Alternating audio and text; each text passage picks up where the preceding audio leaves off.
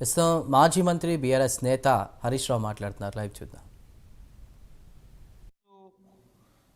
ప్రతిపక్షంలో ఉన్నప్పుడు group 2, group 1 exams KCR గారు పెట్టాలని నిర్ణయం తీసుకుంటే వాయిదా వేయాలి, 2 పరీక్షలు ఒక్కసారి ఎట్లా రాస్తారు అని చెప్పి ఈయన గారు ఆ రోజు మాట్లాడినాడు, ట్వీట్ పెట్టినాడు.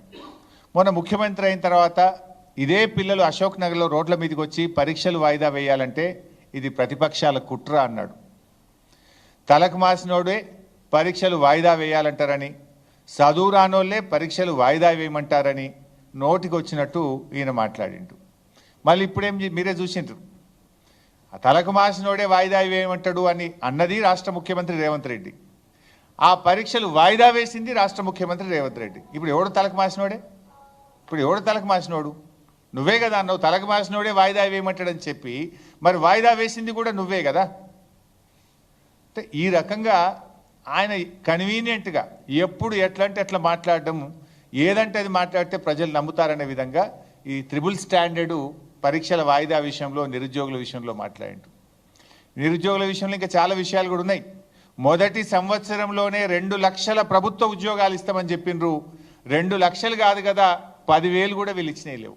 అన్నీ కేసీఆర్ గారు ఇచ్చిన నోటిఫికేషన్లే. అంతే తప్ప జాబ్ క్యాలెండర్ విషయంలో ఫెయిల్ అయినరు. నిరుద్యోగ యువకులను కూడా కన్వీనియంట్గా మోసం చేసిండ్రు. ఇక సర్వేల మీద ఆ రోజు కేసీఆర్ గారు చేసిన సమగ్ర సర్వే మీద ఏం మాట్లాడిండు, ఇప్పుడు ఆయన ఏం సర్వే చేస్తుండు, ఒకసారి అది కూడా చూద్దాం. అడ్డమైన మన ఇంటికి పంపించి మన ఆస్తులు, మన ఖాతాలు, మన పిల్లలు, మన వివరాలన్నీ అడ్డమైన చేతిలో పెట్టమంటాడా? ఎవడన్నా బుద్ధుండేటోడు చేసే పనేనా? మెడకాయ మీద తలకాయ ఉన్నోడు ఎవడన్నా మంది వివరాలు మంది కాబట్టి ఎటువైనా పర్వాలేదని అనుకుంటున్నా. ఆ రోజేమో పచ్చ పార్టీలు ఉండయిన, పచ్చ పార్టీలో ఉన్నప్పుడు మేము సమగ్ర సర్వే చేపడితే ఏ రకంగా మాట్లాడిండో చూసిండ్రు. ఇప్పుడు 3 రంగుల జెండాల పార్టీలో చేరి ఏ రకంగా సర్వే చేస్తుండో కూడా మనం చూస్తున్నాం. ఇప్పుడు అడ్డమైన ప్రశ్నలు అడుగుతున్నది ఎవడు? ఇవాళ సర్వేలు ఏమేమి అడుగుతుందో మీకు తెలియదా? బైసా మీ అందరి దగ్గర రాలేదా? నీ ఆస్తి ఎంత, నీకు మోటార్ సైకిల్ ఉందా, నీకు టీవీ ఉందా, నీ గ్రైండర్ ఉందా, నీ కారు ఉందా, నీ ట్రాక్టర్ ఉందా, నీకు భూమి ఉందా, నీ కొడుకు ఏం చేస్తుండని అడ్డమైన ప్రశ్నలు వేస్తున్నాడు ఎవడు? ఇప్పుడు మెడ మీద తలకాయ లేనోడు ఎవడు? ఆ రోజు ఏమన్నాడు?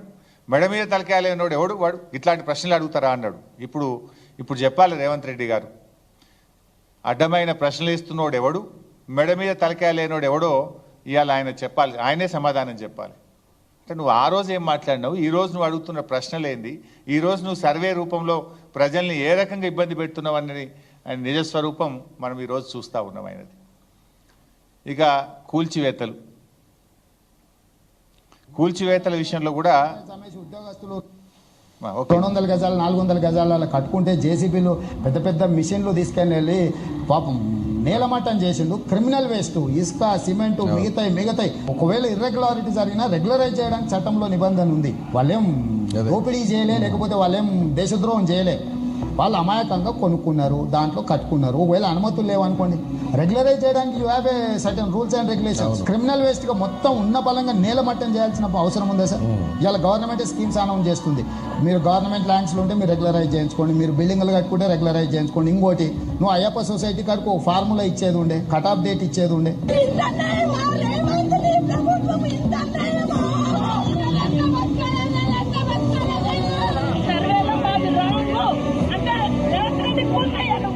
నిలబెట్టడం చాలా కష్టం, పలగొడతాం ఒకే ఒక్క నిమిషం. ఇచ్చేది వాళ్ళు, కూల్చేది వాళ్ళు, చంపేది కూడా వాళ్ళైతే బాగుండు. చంపేయండి, వదిలిపోద్ది. సిస్టమ్ ఏంటిది? ఇది కరెక్ట్ కాదు. ఇది నా బుక్స్ కూడా అక్కనే పడిపోయింది. అందరి బుక్స్, ఫ్యామిలీ మొత్తం బుక్స్ అక్కనే ఉన్నాయి. మా బ్యాగులు కూడా తీయలేరా? చూసాం నాడేం మాట్లాడిండు, నేడేం చేస్తుండో మీరు చూశారు. బీఆర్ఎస్ హయాంలో కొన్ని అక్రమ కట్టడాలను కూలిస్తే అది జాతి ద్రోహం అని, అది క్రిమినల్ వేస్టలని కిరాక్ మాటలు మాట్లాడిండు రేవంత్ రెడ్డి ఆ రోజు.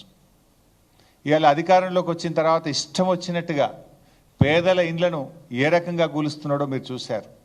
ఇది అన్యాయం అని అడ్డొస్తామని మేము మాట్లాడితే మమ్మల్ని కూడా బుల్డోజర్లు ఎక్కించి మిమ్మల్ని తొక్కుతా, చంపుతా అని ఎంత ఘోరంగా ఈ ముఖ్యమంత్రి మాట్లాడిండో మీరు చూసాం. ఇవాళ హైదరాబాద్లో ఎక్కడ చూసినా రేవంత్ రెడ్డి విధ్వంసాలు, శిథిలాలే కనబడతాయి. ఈయన ఏడాది పాలనలో కూల్చిన ఇండ్లే ఎక్కువ. కట్టిన ఇల్లు అయితే ఒక్కటి లేదు. ఏడాది రేవంత్ రెడ్డి పాలనలో కట్టిన ఇల్లు ఒక్కటి లేదు. ఎక్కడ పోయినా కూల్చిన శిథిలాలు మాత్రం కనబడతాయి. పాప మా పసిపాప నా పుస్తకాలు తెచ్చుకుంటా, మా నాన్న కొనిచ్చిన వాటర్ బాటిల్ తెచ్చుకుంటా అంటే కూడా సమయం ఇవ్వకుండా కూల్చినావు కదా. Is it not criminal waste mister Revanth Reddy? ఇది క్రిమినల్ వేస్ట్ కాదా? ఆ పిల్ల విద్యా సంవత్సరం, అమ్మాయి విద్యా సంవత్సరాన్ని కూడా ఆగం చేసినావు. మానవత్వం లేకుండా వాటర్ బాటిల్ని కూడా తెచ్చుకోకుండా కూల్చినవే. మరి ఆ రోజు నువ్వేం మాట్లాడినావు, ఇవాళ నువ్వు చేస్తున్నది ఏందో ఒక్కసారి ఆత్మవిమర్శ చేసుకో.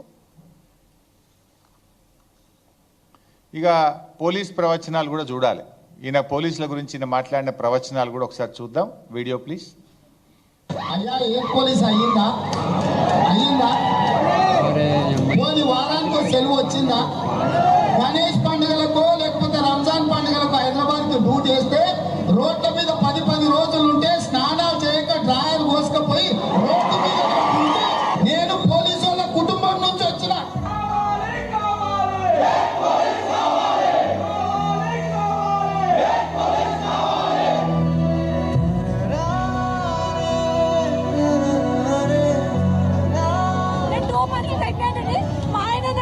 తీసుకోలేకపోతున్నాడు.